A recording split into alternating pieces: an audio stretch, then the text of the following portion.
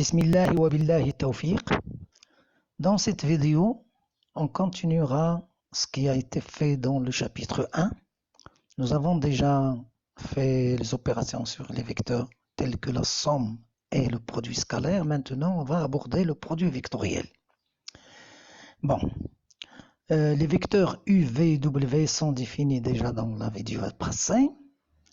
Le produit vectoriel de deux vecteurs est un vecteur. Donc, c'est un vecteur qui est noté donc U, chapeau, V. Donc, on pose A égale U, chapeau V, c'est-à-dire le produit vectoriel de U de V. Ce vecteur A est obtenu à partir d'un déterminant que l'on doit calculer qui s'écrit sous la forme suivante. Donc, on met A égale le déterminant, c'est-à-dire les deux barres, et on met dans la première ligne les vecteurs de la base, c'est-à-dire I, J, K, pour nous.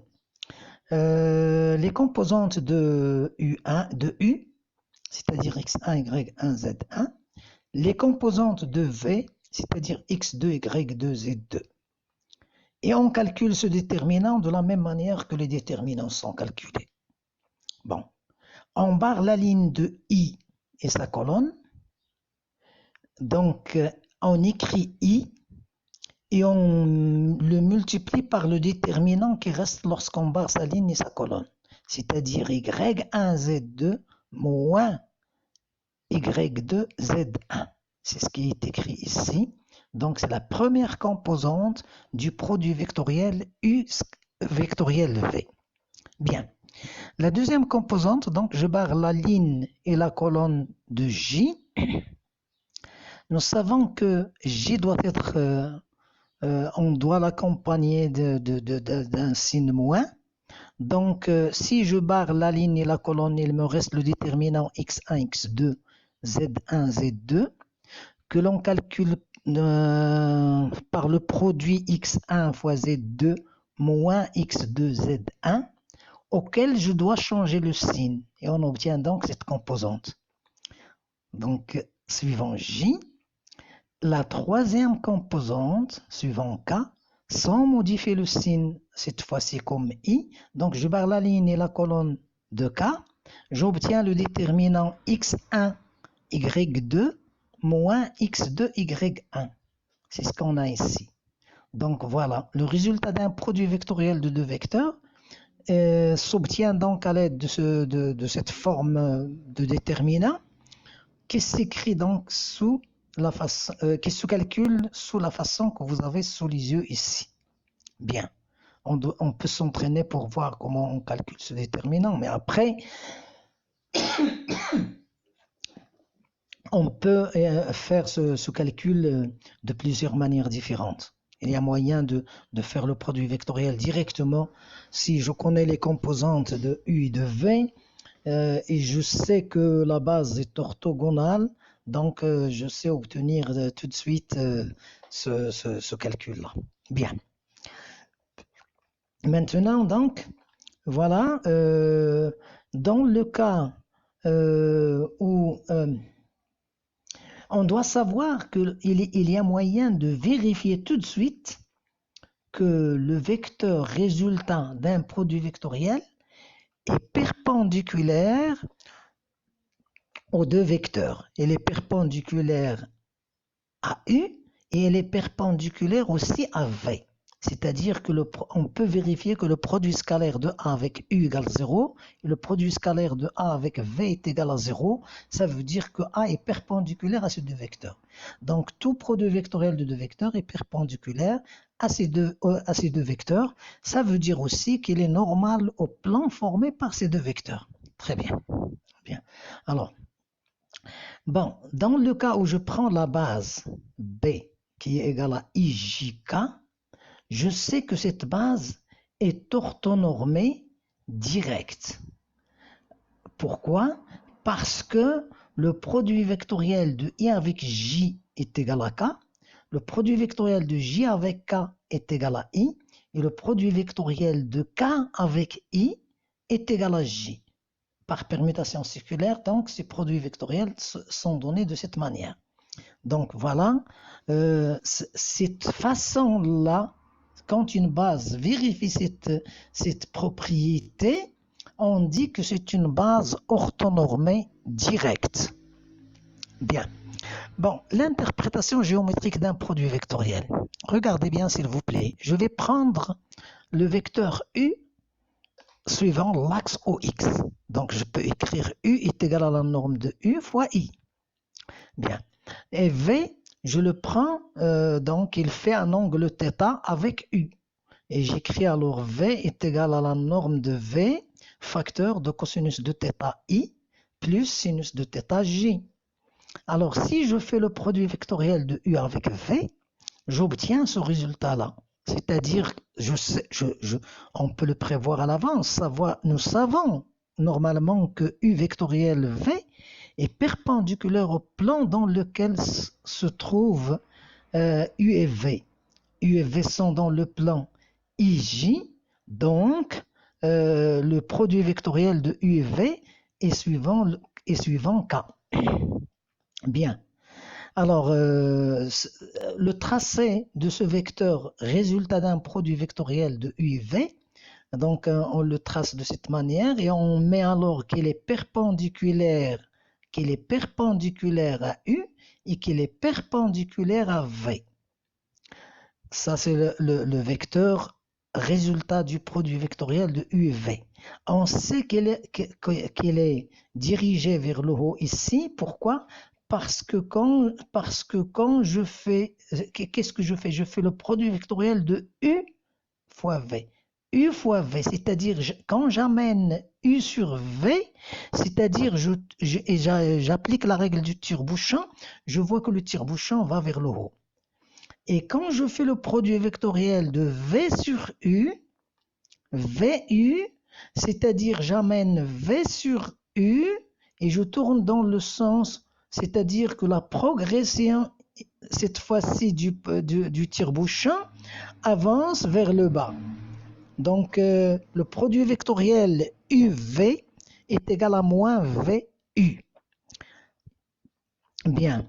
Alors, il est clair qu'on sait écrire que le module de A est égal au module de V fois module de U fois le sinus de l'angle UV.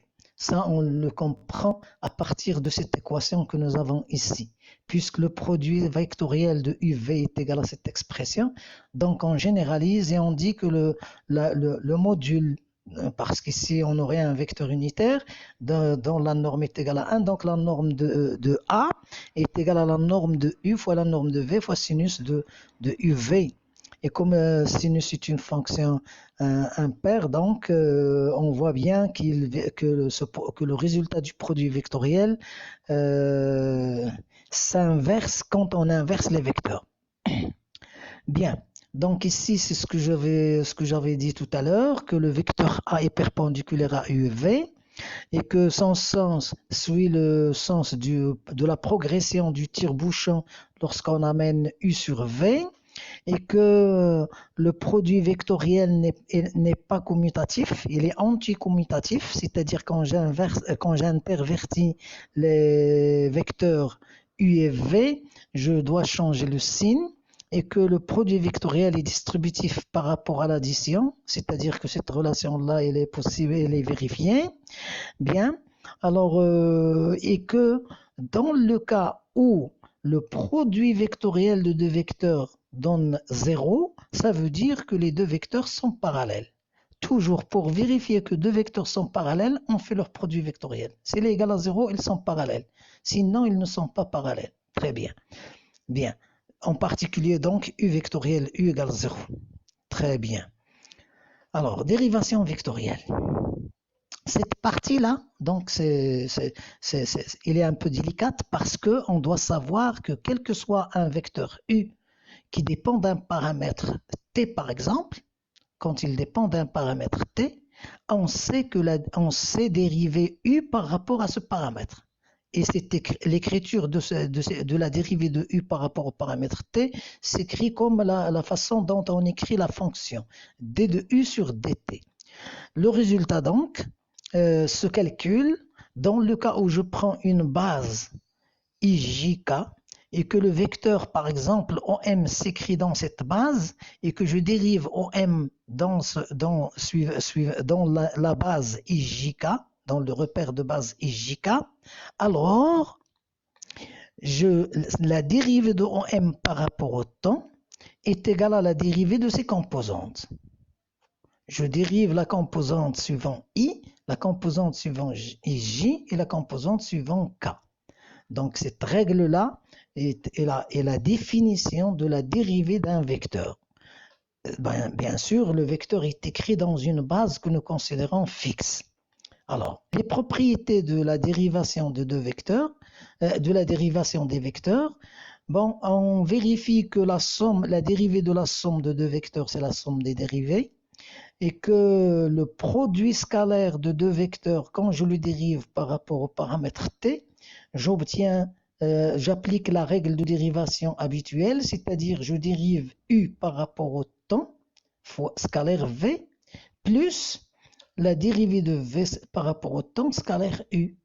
La même chose pour le produit vectoriel, sauf que on ne doit pas on doit conserver l'ordre de l'écriture des vecteurs. La dérivée par rapport au temps de u vectoriel v, c'est la dérivée de u par rapport au temps vectoriel v. Plus, j'écris tout d'abord u, produit vectoriel, avec la dérivée de v par rapport au temps. Très bien. Et quand je dérive le produit d'une fonction scalaire par un vecteur, j'applique la même chose, la règle de dérivation, c'est la dérivée de la fonction par rapport au temps fois u, plus la fonction fois la dérivée de u par rapport au temps. Alors l'exemple suivant, donc, je me dérive,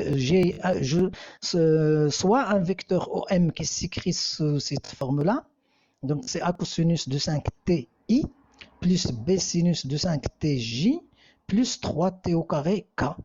Alors, sa dérivée par rapport au temps, la première composante, c'est moins 5a sinus de 5t. Donc, la dérivée de cosinus, c'est sinus et avec un signe moins.